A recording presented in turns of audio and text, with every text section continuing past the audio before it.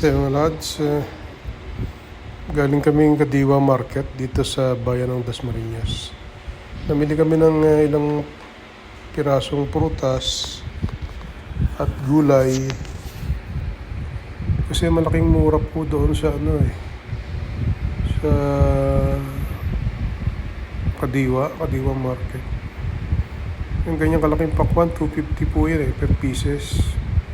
Ngayon ang melon, 40, merong 40 per kilo, merong 50 per kilo. Kailangan ikutin niya kasi merong mas mura, merong mga murang lugar, meron ng mahal. Yung durian, 270 bili ko eh. Yan, avocado, 90 per kilo, avocado.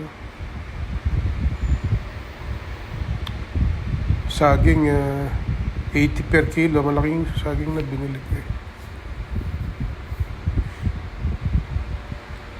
Maganda pong mamili, maaliwala siya, maalwan.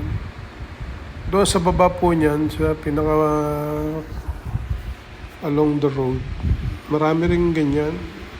Pero dito po rin nanggagaling sa taas eh. Doon nila binibenta sa baba. Doon naman, pwede kang tumawad. Dito na ako napunta para makapamili ng maayos.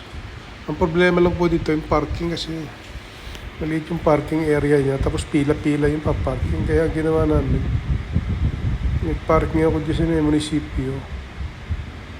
Malapit lang naman po yun siguro mga 500 meters.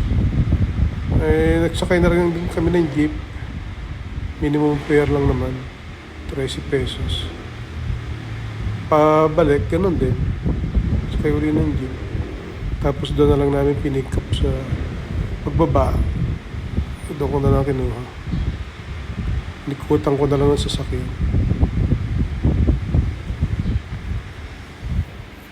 Kasi pa mula na dito sa bahay ko hanggang dyan sa Kadiwa, mga nasa mga nasa 20 kilometro din.